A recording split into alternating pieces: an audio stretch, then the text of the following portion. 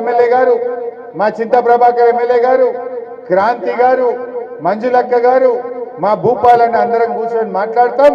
త్వరలో సంగమేశ్వర బసవేశ్వర మీద పెద్ద ఎత్తున ప్రజా ఉద్యమానికి పాదయాత్రకు శ్రీకారం చుడతాం. ఈ కాంగ్రెస్ లో మెడల్ వంచుతాం. సంగమేశ్వర బసవేశ్వరను చెప్తా మైనార్టీలు కూడా చెప్తారు, లాస్ట్ మే బోల్తాం. చెప్తా మా ముస్లింలకు కూడా మోసం చేసి చెప్తలు ఓటుండే అంతే. చెయ్యండి ఎవడని ఉంటే మిగులుతానా, అందరికీ చేసిండు, లాస్ట్ మే బోల్తాం. అయితే సంగమేశ్వర బసవేశ్వర మీద కూడా తప్పకుండా త్వరలో మన సంగారెడ్డి జిల్లాలో ఒక పాదయాత్ర చేపట్టి కాంగ్రెస్ మీద ఒత్తిడి పెంచి ఆ ప్రాజెక్టు నిర్మాణం జరిగే విధంగా బీఆర్ఎస్ రైతుల పక్షాన పోరాడుతుందని చెప్పి కూడా మనం చేస్తా ఉన్నాం. సరే, ఇంకా చెప్తే కాంగ్రెస్ వాళ్ళు చాలా ఉన్నాయి. మరి బీజేపీల గురించి కూడా జర మాట్లాడుకోవాలి.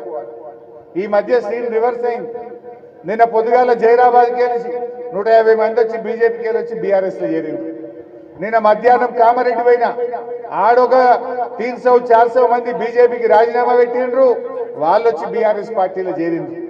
ఇప్పుడు ఆందోళన కూడా లిస్ట్ ఉన్నది, టైం ఇవ్వమని మా క్రాంతి అడుగుతున్నాడు. బీజేపీ అంటే అది తెలంగాణను మోసం చేసే పార్టీ. 8 ఎంపీలు గెలిచిండు పోయి. నేను ఒకటి అడుగుతా, మన ఆందోళన వడ్లు పంటాయా? బాగానే పుల్కల బాగానే పంటాయా? మన కేసీఆర్ వచ్చినాక కాలువలు తవ్వి 40,000 ఎకరాలకు సింగూరు కింద నీళ్లు ఇచ్చినాం. బంగారం వల్ల 2 పంటలు వడ్లు పండుతున్నాయి. ఇది ఇక్కడ మీరు మంచిగా అర్థం చేసుకోవాలి కార్యకర్తలు. బీజేపీ మోసం ఎట్లుంటుందో అర్థం చేసుకోవాలి.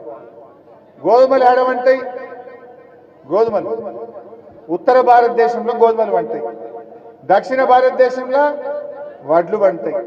మన తెలంగాణలో రూపాయికి 80 పైసలు వడ్లే పండుతాయి, పుట్ల కొద్ది వడ్లు పండుతాయి. భారతదేశంలో 28 రాష్ట్రాలు ఉంటే అతి ఎక్కువ వడ్లు పండే రాష్ట్రం ఏదంటే అది తెలంగాణ రాష్ట్రం. అది కేసీఆర్ పుణ్యం. 10 ఏళ్ల కేసీఆర్ పాలనలో సగం దేశానికి అన్నం పెట్టే ధాన్యాగారంగా ఈ తెలంగాణను తయారు చేసింది. అన్ని వడ్లు పండుతున్నాయి ఇవాళ తెలంగాణలో. అంటే బీజేపీ గవర్నమెంట్ 2014లో వచ్చినప్పుడు గోధుమలకు మద్దతు ధర 1400 ఉండే, వడ్లకు మద్దతు ధర కూడా 1400 ఉండే. గోధుమలకు వడ్లకు సమానం ఉండే. బీజేపీ వచ్చినాడు. ఇప్పుడు బీజేపీ వచ్చి ఢిల్లీలో 11 ఏళ్ళు అయింది. 11 ఏళ్లలో ఇవాళ గోధుమల మద్దతు ధర 2585, వడ్లదెంత 2369. అంటే ఎంత తక్కువ ఉన్నది గోధుమల కంటే? గోధుమల కంటే వడ్లకు 216 రూపాయలు తక్కువ ఉన్నది. ఇది బీజేపీ చేసిన మోసం కాదా? సబ్కే సాత్ సబ్కా వికాస్ అంటారు. ఇది సబ్కే సాత్ ఉన్నదా? గోధుమలకో నీతి, వడ్లకో నీతి పెట్టింది. గోధుమలకు నీ ఉత్తర భారతదేశంలో, నీ గుజరాత్ లో, నీ ఉత్తరప్రదేశ్ లో పండే గోధుమలకేమో ధర వేస్తేవి, నా తెలంగాణలో పండే వడ్లకు ధర కమ్మి చేసిండా లేదా ఈ బీజేపీ వాళ్ళని నేను అడుగుతా ఉన్నా. ఇది सबके साथ सबका विकास है? ये पूरा बकवास है. ये एक बीजेपी वाला पूरा बकवास बात करते हैं. सबके साथ बकवास, हमारे युवा के साथ बकवास, हमारे मुसलमानों के साथ बकवास, हमारे दलितों के साथ बकवास, हमारे किसानों के साथ बकवास, हमारे महिलाओं के साथ पूरे बात बकवास, पूरा बकवास बात. ఒక్కటన్న న్యాయం చేసిందా?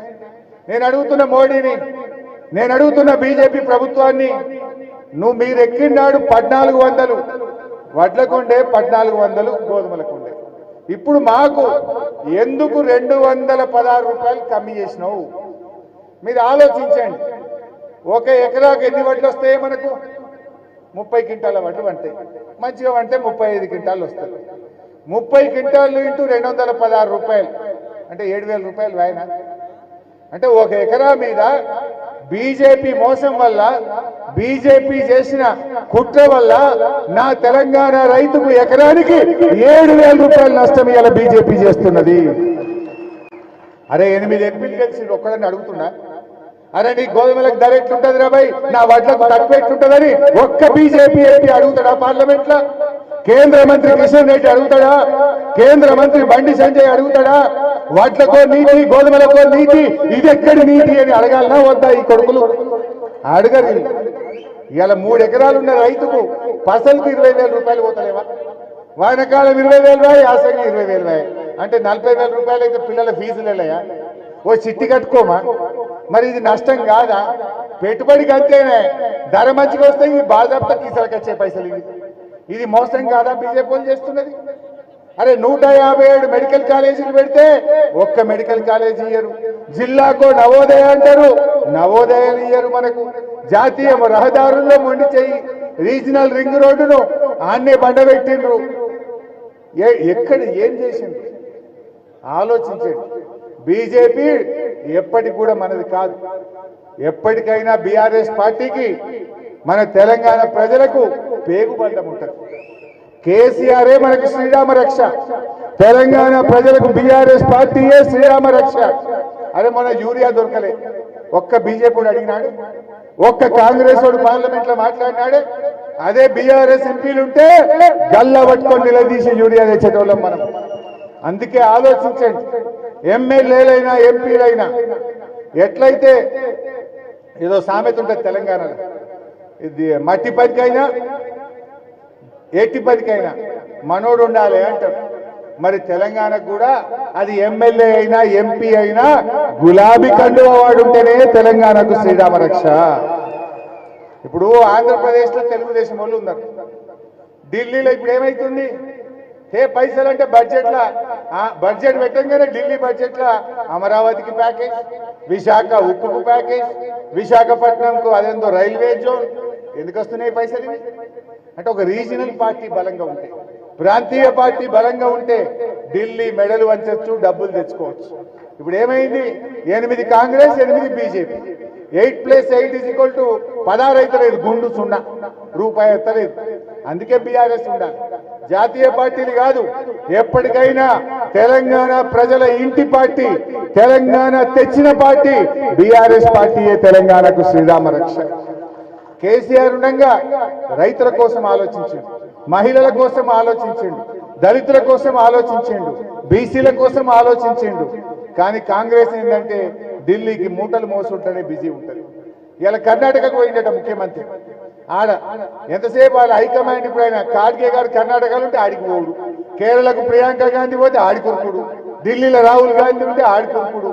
ఈయన కేరళకు, ఢిల్లీకి, కర్ణాటకకు ఈయననే బిజీ ఉన్నాడు. ఏడ తెలంగాణ గురించి పట్టించుకుంటాడు? పోయినప్పుడల్లా లెక్కప్ప చెప్పాలనే, ఆడ మూటలప్ప చెప్పాలనే, బీహార్ ఎన్నికలకు పంపాలనే. ఇది తప్ప ఏమైనా ఉండదా? అంతా ఆర్ఆర్ ట్యాక్స్ ఎక్కువైపోయింది తెలంగాణలో.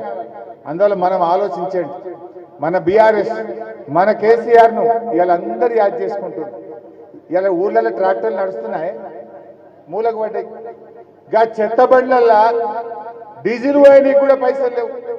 ట్రాక్టర్లను కనీసం సర్వీసింగ్ చేసే దిక్కు లేదు. అరే కేసీఆర్ గారు ఉండగా ఊరూరికి ట్రాక్టర్ కొన్నాడు, ట్రాలీ కొన్నాడు, ట్యాంకర్ కొన్నాడు, ఫ్రంట్ ప్లేట్ కొన్నాడు, డంప్ యార్డ్ కట్టిండు, వైకుంఠ ధామం కట్టిండు, నర్సరీ పెట్టిండు. అరే ఈ దసరా పండుగ వస్తే బుగ్గలన్నీ వేసినారే. సర్పంచ్ల బిల్లులు రాకపోయా, పంచాయత్ సెక్రటరీలు అప్పుల పాలైపోయింది. సగం ఊర్లలో బుగ్గలు కూడా వెళ్తలేవు. బతుకమ్మ పండుగకు గడ్డి కూడా చెక్కలే, రూపాయి లేకుండా అయిపోయింది. నేను అనేది ఒక్కటే, కేసీఆర్ ఉన్నప్పుడు వచ్చినాయి ఎట్లా, రేవంత్ రెడ్డి ఉన్నప్పుడు వస్తలేవట్లా. ఆలోచన చేయండి.